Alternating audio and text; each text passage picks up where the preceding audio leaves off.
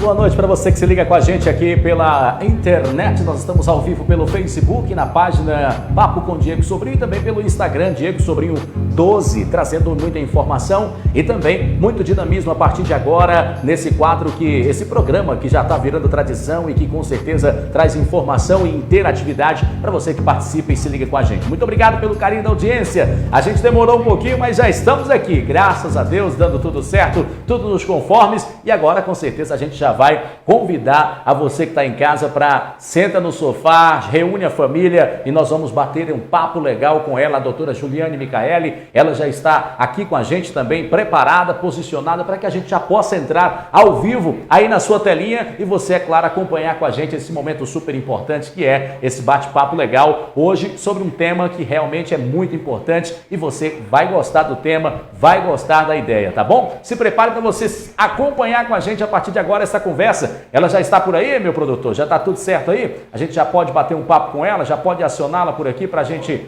dar o nosso boa noite inicial? Hoje nós vamos falar sobre um tema muito importante e relevante para todos que gostam de acompanhar informações. Nós vamos tratar sobre violência doméstica e suas diferentes manifestações, tá bom? Já já a doutora Juliane Micaeli vai estar ao vivo aqui com a gente, trazendo todas as informações sobre esses tipos de violência que acontecem no Brasil e no mundo e que muita gente às vezes não fica nem sabendo o que é violência. Então se prepara aí para você saber tudo isso e muito mais já já aqui no Papo com Diego Sobrinho. Quero abraçar a galera da Cari Canecas. Eu aproveito para mostrar, aqui tem como cortar, meu diretor, para essa aqui mais perto, para a gente mostrar aqui a caneca da Cari Canecas Araguaína. Tem aqui, ó, a caneca com aqui como é que é o nome? Caricatura, rapaz, do Diego Sobrinho. E tem a logo também do Papo com Diego Sobrinho aqui, você acompanhando tudo aí na sua telinha. Desde já, muito obrigado ao meu amigo Tiago Oliveira, lá da Cari Canecas, que mandou para a gente recebidos aqui, top demais. Abraçar também o Chapisco Burger, o melhor sanduíche da cidade é no Chapisco Burger, aquele x-tudão, rapaz, de qualidade que eu comi antes de começar o programa aqui, deu até uma enchidazinha aqui, camisa quase que não serve depois, viu gente? Mas o Chapisco Burger é o melhor de Araguaína. Grande abraço, meu amigo Everton, toda a sua equipe lá do Chapisco Burger, que sempre recebe e trata a gente muito bem e, é claro, a gente fica feliz da vida em poder ter esse carinho todo especial, tá bom? Quem mais está com a gente? Muito obrigado. Vai mandando a sua mensagem, vai comentando aí as nossas redes sociais. Daqui a pouquinho eu mando abraços para você que se liga com a gente aí pelo nosso Facebook e também pelo Instagram, tá bom? É o Papo com Diego Sobrinho, começando hoje com um tema super relevante e importante. Eu já quero te dar um recado, olha, por falar em temas relevantes, em papo importante, o Papo com Diego Sobrinho agora vai ter dia e hora marcada, tá bom? Nós vamos estar presentes com vocês aqui nas redes sociais a partir da semana que vem, todas as terças-feiras, às 8 horas da noite. É isso mesmo, terça-feira, 20 horas, é o nosso encontro marcado aqui no Papo com Diego Sobrinho. Você vai acompanhar tudo durante a semana. Nós vamos estar divulgando, como a gente tem feito já, mas vamos estar, é claro, tendo o dia e a hora marcada para o nosso encontro acontecer, que será na terça-feira, às 20 horas, e eu já conto com a sua audiência, tá bom? Já está no ponto aí, meu diretor? Já já nós vamos trazer ela, eu vou tomar até um chazinho aqui, rapaz, eu preparei um chá hoje aqui, lá do pessoal do Espaço Herbalife, lá do Campelo. Grande abraço, meu amigo Júnior, toda a galera que está lá ligadinha com a gente também, com certeza acompanhando a nossa live aí, acompanhando o Papo com Diego Sobrinho, tá bom? Já já a doutora Juliane Micaeli estará com a gente aqui batendo um papo legal. Já está me ouvindo aí, ô Juliane? Já confirma para mim se está ok o áudio. Tá sim, que maravilha. Vamos lá então, eu já vou trazer aqui na sua tela e na nossa programação ela, Juliane Micaeli, a doutora Juliane Micaeli, para você conhecer. Ela já está aí na sua tela, já aparecendo, e ela é nada mais nada menos, gente, que a Juliane Micaeli. Ela é advogada, atua primordialmente na área do direito da família, é cristã, casada, tem uma filha e acredita que o conhecimento pode mudar vidas. E com esse discurso, ela tem encorajado muitas mulheres a abandonar relacionamentos abusivos. Já deixo aqui o meu boa noite a ela, doutora Juliane Micaeli. Boa noite, seja bem-vinda, doutora. Olá, boa noite, tudo bem? Eu não estou ouvindo ela, viu, produção? Oi. Vamos normalizar aqui, organizar, para a gente poder bater o papo com ela aqui. Doutora Juliane Micaeli, tá me ouvindo? Tá, pode falar, fica à vontade. Eu estou ouvindo perfeitamente. Maravilha, Boa também te noite. ouvi agora, ficou perfeita. Seja bem-vinda, obrigado Maravilha. por ter aceitado o convite e bem-vindo ao nosso Papo com Diego Sobrinho. Obrigada. E, na verdade, agradecer, porque esse é um tema de importante relevância social e é preciso realmente ser debatido. Que maravilha. Doutora, para a gente começar o nosso bate-papo, como já falei, obrigado por ter aceitado o nosso convite, obrigado por aceitar, foi meio que de última hora, mas deu tudo certo, graças a Deus. E eu já começo perguntando para a senhora, quais são aí, portanto, os tipos de violência doméstica. Acredito que não só uma dúvida minha, mas como de todo mundo que deve estar acompanhando aí, ansioso para saber quais são os tipos de violência doméstica que mais acontecem. Perfeito. Então, a violência doméstica é um problema estrutural do Brasil e ela acontece de variadas formas. A Lei Maria da Penha estabelece 5 tipos de violências domésticas que existem. No senso comum, as pessoas só consideram a violência doméstica a agressão física. No entanto, existe a violência psicológica, social, financeira e inclusive a violência sexual dentro do próprio casamento. Olha só, Tá? rapaz, quanta assim, coisa, hein? Muita coisa. A doutora, agora eu E te as pergunto pessoas só também, quais são os mais frequentes aí? Quais desses 5 tipos aí também elaborados pela lei, né, colocados como violência, quais são esses que são os mais frequentes?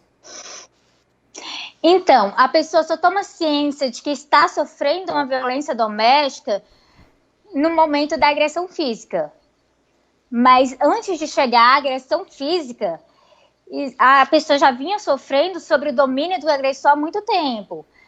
A violência psicológica é a primeira que é manifestada, mas as pessoas não tomam ciência de que estão sendo violentadas, tá? Então, acho que a primeira e a primordial é a violência psicológica, seguido da violência física, e em muitos casos o homem exerce domínio sobre a vida financeira da mulher. E isso também é uma forma de violência, que é a violência patrimonial. Entendi. Doutora, então e a gente... Pode continuar. Eu acho que essas são as mais recorrentes. Ah, certo. Maravilha. A gente pode afirmar, doutora, que essas violências, aliás, não é nenhuma uma afirmação, mas os casos mais frequentes é entre marido e mulher, ou essa violência domiciliar ela pode acontecer também doméstica, né? Ela pode acontecer também com filhos, com quem mora na casa, com quem não mora, como que funciona? Então, a violência doméstica, em sentido amplo, só um instantinho, que eu não me escuto. A violência doméstica, em sentido amplo, ela funciona da seguinte forma: qualquer agressão que o agressor exerce poder sobre a vítima pode ser praticada de pai contra filho, de marido contra esposa, de mãe contra filho. Mas esses casos são casos isolados, acontecem menos vezes. A violência doméstica contra a mulher, ela é disciplinada pela Lei Maria da Penha e apenas nesse caso trata especificamente sobre a violência contra a mulher, tá? Que é inclusive o que é mais recorrente, que teve um número expressivo de aumento durante essa pandemia. Entendi. E nós podemos afirmar, doutora, que as mulheres que sofrem violência doméstica físicas, elas tendem a ser aquelas pessoas que não têm assim um respeito próprio, elas podem também não ter a sua autoestima e elas são consideradas fracas, essas mulheres. E também uma questão, a violência doméstica, ela só acontece nas periferias, no caso de Araguaína, nos setores mais afastados, ou ela acontece em todo lugar? Você viu que foram várias perguntas aí, hein, doutora? Foram. Então, primeiramente, a violência doméstica, ela acontece em todas as classes sociais, tá? É importante ressaltar isso porque, infelizmente, só o que toma proporções assim de divulgação são as violências domésticas cometidas contra mulheres pobres. Porque muitas vezes, pelo medo de se expor, medo de expor a família, mulheres de classes mais elevadas acabam não denunciando o seu agressor. Tá? Então, às vezes as pessoas pensam, não, só acontece com pessoas pobres, mas não. A violência doméstica, ela acontece em todas as classes sociais, tá?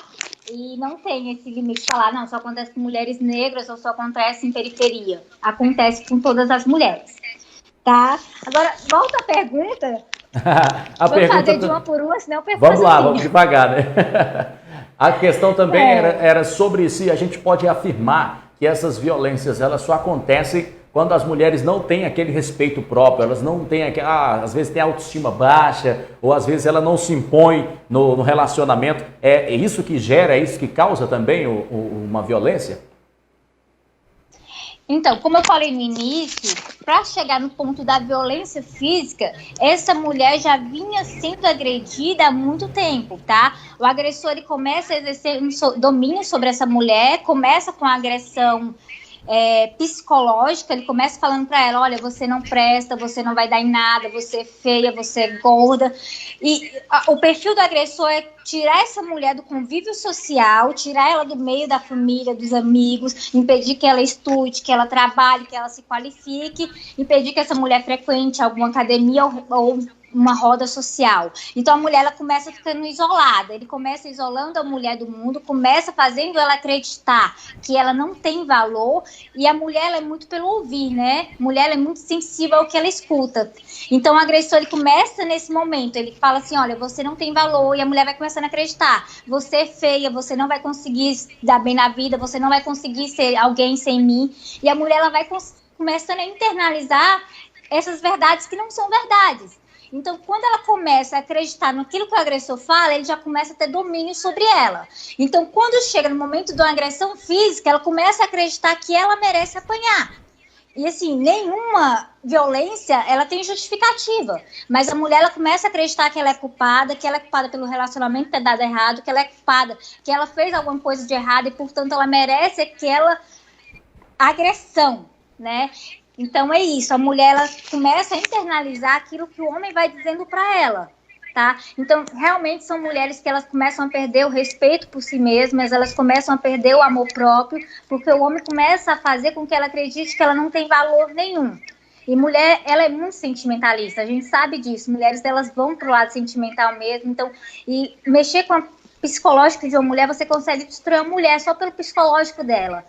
Então as mulheres realmente elas perdem o respeito por si mesmas, elas perdem o amor próprio e elas fazem de tudo para garantir que aquele homem continue com elas. E elas não têm noção que ela está no meio de uma violência, que ela tem um agressor como companheiro e ela acha que tudo é culpa dela. E ela começa a se humilhar para mantê-lo. Então ela começa a aceitar qualquer atitude dele para ter ele por perto. Entendi. Agora, doutora, uma pergunta, como a senhora já citou no início também, eu quero te fazer essa pergunta também, que é importante e é também de grande relevância. Existe alguma lei que trabalhe essa situação, que trabalhe esse tipo de situação, que é a proteção das mulheres? Essa lei existe? Existe a Lei 11.340 de 2006, que é conhecida como a Lei Maria da Penha. É importante falar sobre essa lei porque muitas mulheres não entendem a importância dela, né? Ela recebe esse nome de Maria da Penha devido a uma mulher que se chama Maria da Penha, que em 1983 ela teve dupla tentativa de assassinato pelo próprio companheiro. Primeiramente, ele atirou na coluna dela, que a deixou paraplégica,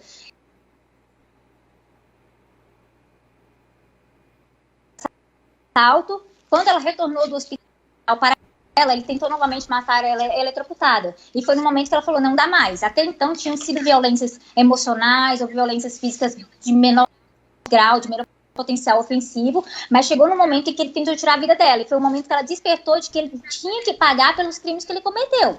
Isso no ano de 1983. E aí o que acontece? Ela começou a lutar pelos direitos dela de ver ele sendo condenado e pagar pelo crime. No entanto, naquela época não havia uma lei específica que definisse as mulheres. Então foi uma longa 20 anos de luta para que se instaurasse em 2006 essa lei que define e que protege as mulheres de violências domésticas. Tá? É uma lei puramente feita para as mulheres para protegê-las de seus agressores. E isso foi um grande avanço, né? E a gente não pode cometer retrocessos. Um grande avanço e uma grande conquista para as mulheres. É um dado muito importante é que o Brasil é um dos países mais violentos contra as mulheres no ranking de 54 países. Então você vê que realmente é uma questão cultural, estrutural e que é preciso lutar contra isso. E as mulheres precisam reconhecer que a validação dos seus direitos através da Lei Maria da Penha foi para trazer. Agora, colocar, pelo menos, se ele fizer alguma coisa, ele vai sim ser punido pelos atos que ele cometeu. Entendi. Doutora, é importante saber também, essa lei ela protege só quem mora junto? Não. Porque assim, a violência doméstica é a violência que ocorre dentro do lar, né? Mas não precisa essencialmente morar junto, porque muitas vezes a violência doméstica contra a mulher é causada por ex-companheiros, que vão à casa da vítima, muitas vezes ele já começou um outro relacionamento, já tem uma outra vida, mas não aceita o fim daquele relacionamento passado e vão até a casa da vítima, por exemplo, para agredi-la, para matá-la. Então, a violência doméstica contra a mulher é cometida no lar da vítima, mas não necessariamente por pessoas.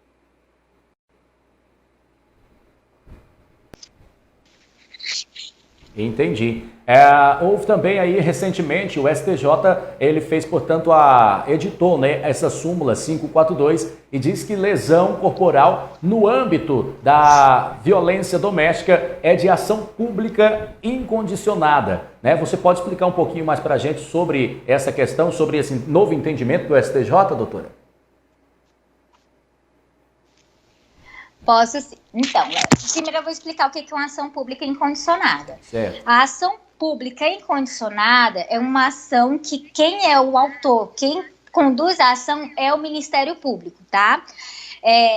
Antes dessa súmula, tinha-se um entendimento que lesões corporais leves ou culposas só se representavam mediante ação pública condicionada, que quer dizer que a vítima tinha que expressar a vontade de ver o culpado, né, o agressor, ser punido por aquilo. Hoje, com a edição dessa súmula, o que acontece? A vítima, ao dar a notícia de que ela está sendo violentada, que ela foi empurrada, que levou um empurrão, automaticamente a autoridade policial ela tem que instaurar um inquérito, apurar aquilo ali e passar para o Ministério Público para que ele ofereça a denúncia. Então, não depende mais da vontade da vítima em ver o agente agressor ser processado. A partir do momento que a polícia tem conhecimento de que está havendo uma agressão, pode ser por vizinho, por familiares ou pela própria vítima, ela tem que começar um inquérito, tem que investigar e o Ministério Público tem que denunciar o agressor para que ele responda judicialmente pelos atos dele. Entendi, maravilha. Dando sequência aqui, a você que está acompanhando a gente, está chegando agora, esse é o Papo com Diego Sobrinho. Estou conversando com a advogada doutora Juliane Micaeli. Nós estamos tratando sobre um tema de grande importância e relevância, está aparecendo aí na sua tela também, que é violência doméstica e as suas diferentes manifestações. Doutora Juliana, nesse momento a gente quer também fazer essa pergunta aí sobre o que as vítimas de violência doméstica devem fazer quando for, no caso, chegar nessa questão da violência física. O que a mulher ou o que o filho, alguém pode fazer também quando chegar nessa questão da violência física e principalmente a mulher, né? For ameaçada também. O que ela deve fazer? Qual o procedimento? Então, depende. Se a violência estiver ocorrendo naquele momento, ela pode ligar imediatamente para a Polícia Militar, né, através do número 190, denunciar o que está acontecendo, que vem uma viatura da polícia, recolhe o agressor do lar e leva ele preso em flagrante pelo que está acontecendo.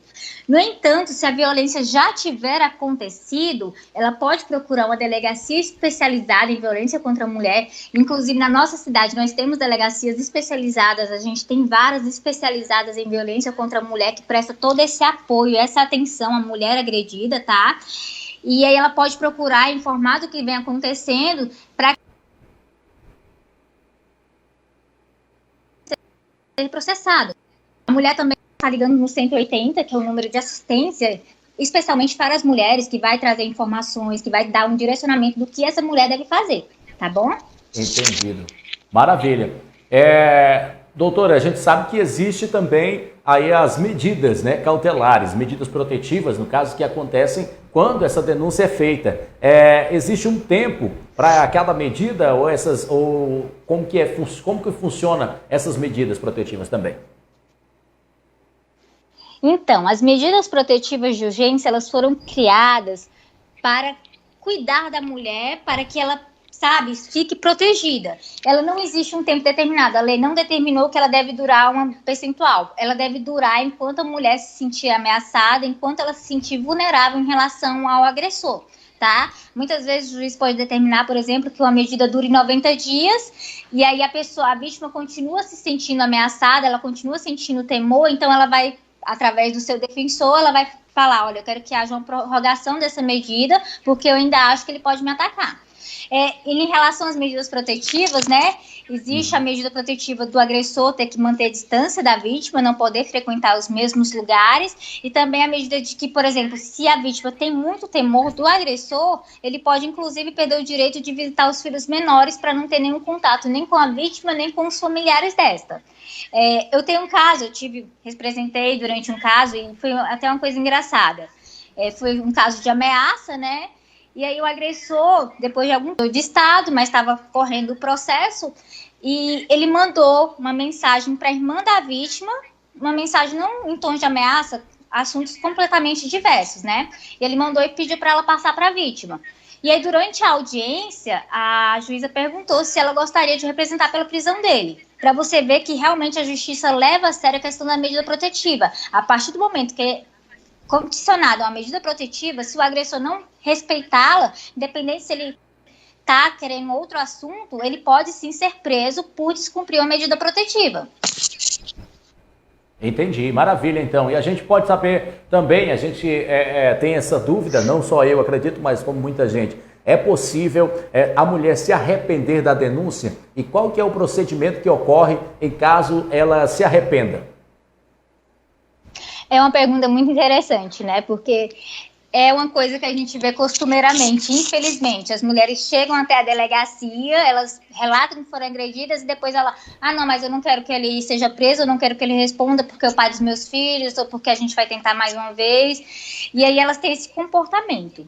No entanto, com a edição da súmula, né, do STJ, de agressões, agora ser ação penal pública incondicionada, a partir do momento que ela relata à autoridade policial que ela está sendo vítima de agressões, automaticamente o Ministério Público se torna o dono da ação e ela não pode mais desistir dessa ação, tá?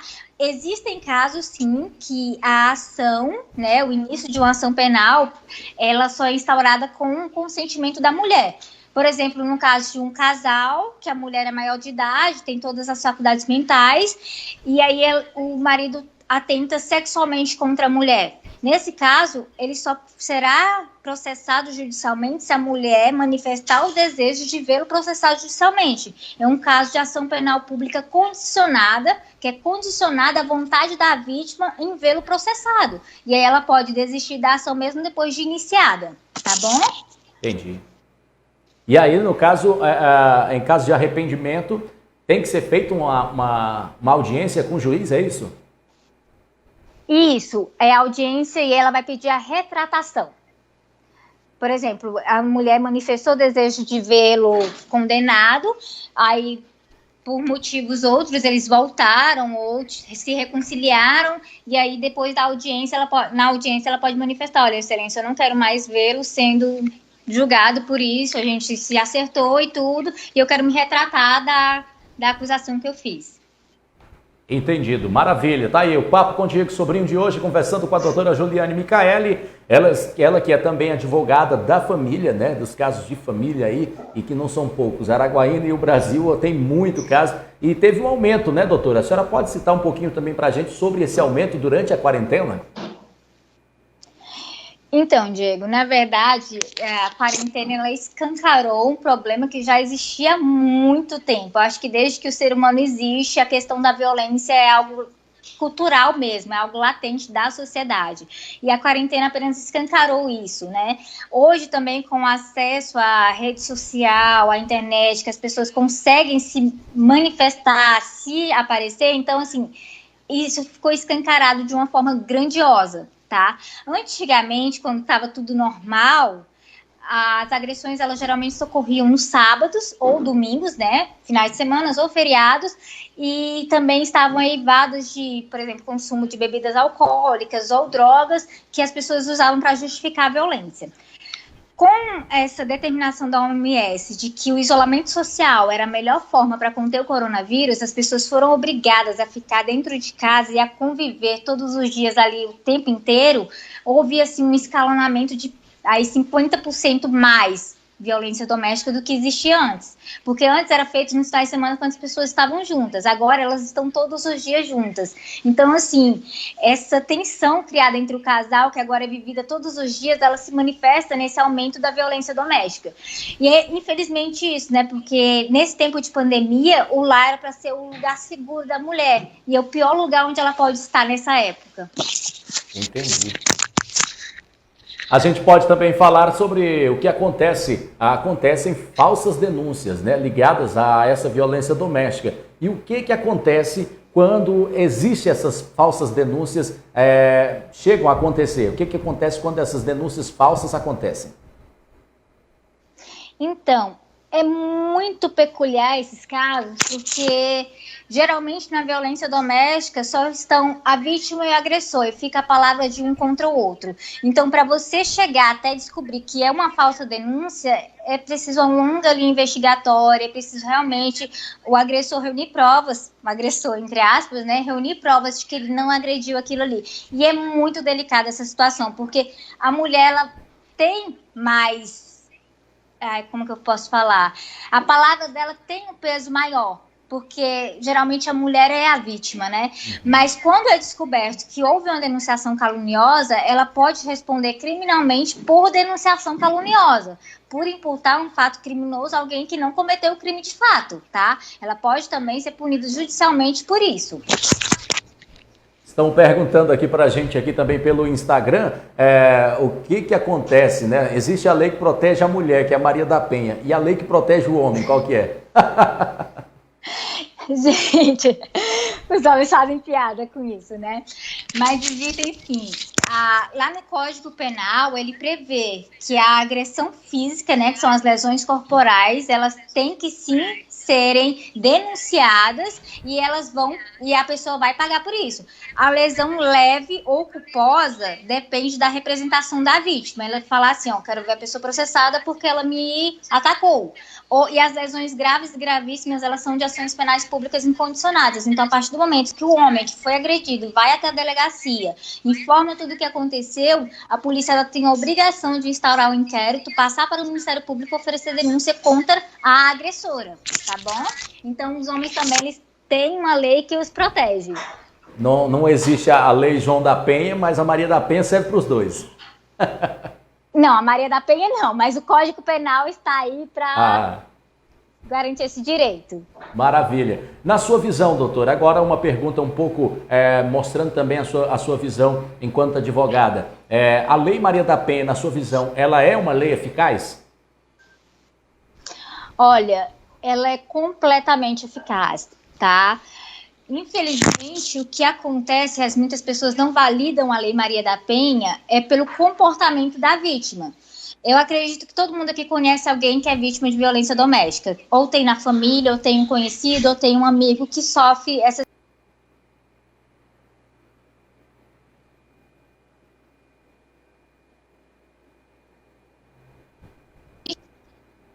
que ela nem seja aplicada ao agressor, tá? Ela chegou num ponto tal de que ela acredita que não é necessário que aquele agressor pague pelo que ele fez. E por isso ela não presta queixa, por isso que ela não procura uma delegacia especializada.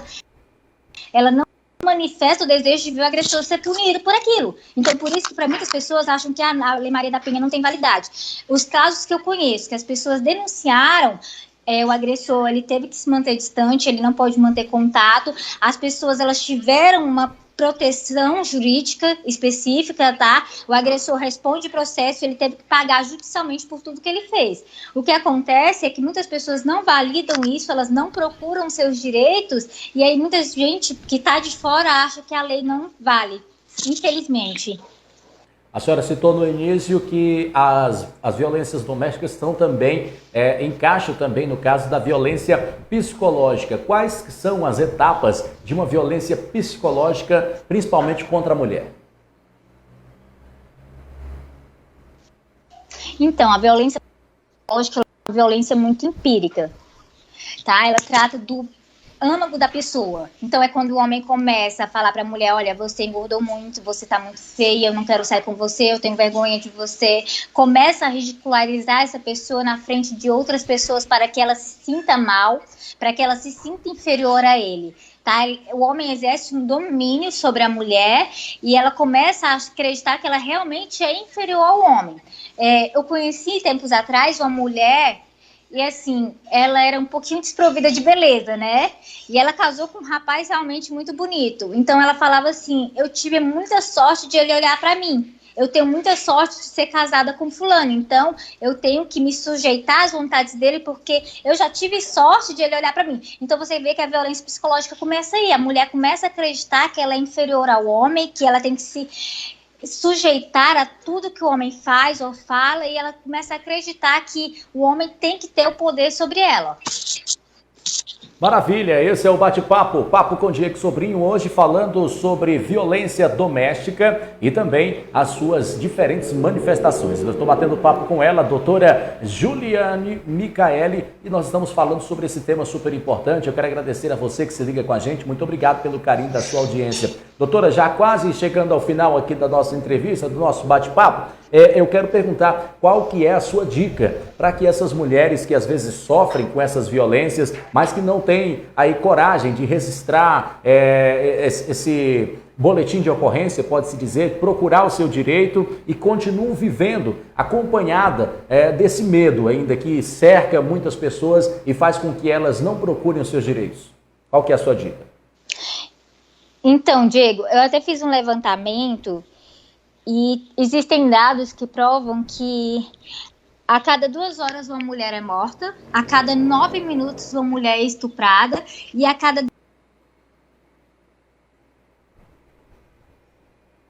As mulheres, elas precisam se conscientizar de que elas têm um valor, de que elas são importantes e que elas precisam denunciar, sabe? Chega de silenciar, chega de se achar que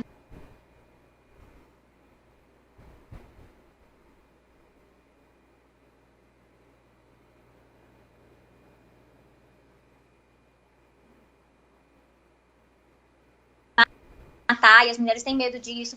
Mas assim, o que os dados têm mostrado?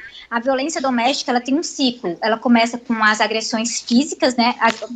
Com as agressões verbais, e aí depois ela parte para a agressão física, aí depois vem o momento da reconciliação, o homem vai lá, não, eu vou mudar, vai dar tudo certo, e aí fica esse ciclo infinito, de que a mulher acredita que ele vai mudar em algum momento, e volta às agressões, e ela acredita, e enfim... Gente, o homem mudar é uma exceção. A regra é que ou ele vai te matar ou você tem que denunciar e se livrar disso, tá? Os dados, os números, eles nos mostram. A cada 2 horas uma mulher é morta por ser mulher, por feminicídio, e 80% dessas mortes são praticadas pelos próprios companheiros. Então você precisa abrir o olho, você identificou, existem sinais desde o começo para você identificar se aquele homem ele tem um perfil agressivo ou não. Então você precisa estar atenta aos sinais e não se sujeitar a isso e não acreditar que o homem vai mudar. O homem partiu para agressão com você, liga para a polícia, procura os seus direitos, denuncie, não tenha medo, não cale a sua voz. A mulher ela tem que ser respeitada, ela tem que ser amada, ela tem que ser protegida. Mas antes de tudo isso, ela precisa se amar, se respeitar e ela mesma se resguardar. Obrigado, doutora. Parabéns aí pelas palavras e pela entrevista. A gente já finalizou aqui, rapaz, as nossas perguntas aí. Deixa eu ver se o pessoal está mandando alguma pergunta aqui para a gente também. No Instagram tem muita gente nos acompanhando, mas a gente até já fiz a pergunta que pediram aqui, foi só uma. E o pessoal comentando com a gente aqui, muito obrigado pelo carinho da audiência. Doutora, suas considerações finais aí para a gente já chegando ao final do nosso bate-papo. O que a senhora deixa de mensagem? Qual que é a sua mensagem aí, pode-se dizer que é isso mesmo, para essas mulheres e também para as pessoas que sofrem com essa questão da violência doméstica? A mensagem é, mulheres não se calem. Procurem os seus direitos. A lei, ela evoluiu muito para que nós tivéssemos os nossos direitos resguardados. Então, não tenham medo de buscar os seus direitos, não tenham medo de denunciar, busquem os seus direitos e se preservem. Quem já andou de avião ou assistiu um filme com avião, no momento de turbulência ali, eles soltam as máscaras de oxigênio. E o comandante sempre fala, antes de tentar ajudar alguém, coloque a sua máscara primeiro. Então, antes de tentar salvar qualquer pessoa, coloque a sua máscara primeiro, se salva, pense em você, faz alguma coisa por você, porque conhecimento é poder, você precisa conhecer, você precisa buscar informações, você precisa se proteger. Não aceite a violência, não aceite os insultos, você é muito maior do que isso.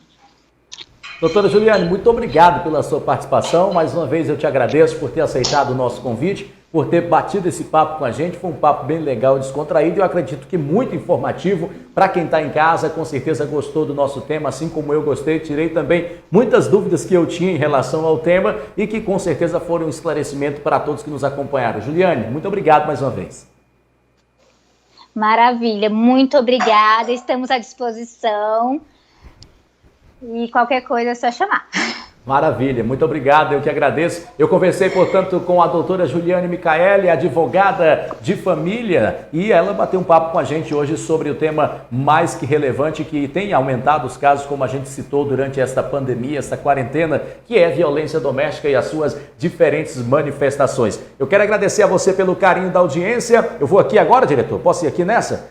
Quero agradecer a você pelo carinho da audiência e dizer que na próxima semana o nosso encontro já está marcado. Na terça-feira, às 20 horas, eu te espero para a gente bater um papo super legal. Nós vamos trazer um convidado que vai falar sobre muitos temas relacionados à segurança. Nós vamos falar sobre segurança e ele vai estar com certeza no decorrer da semana aí, de amanhã para frente, a gente já vai estar anunciando aí para você que nos acompanha nas nossas redes sociais quem será o convidado da terça-feira. Então fica combinado, terça-feira, 8 da noite, a gente se vê, a gente se fala. Um grande abraço e até lá!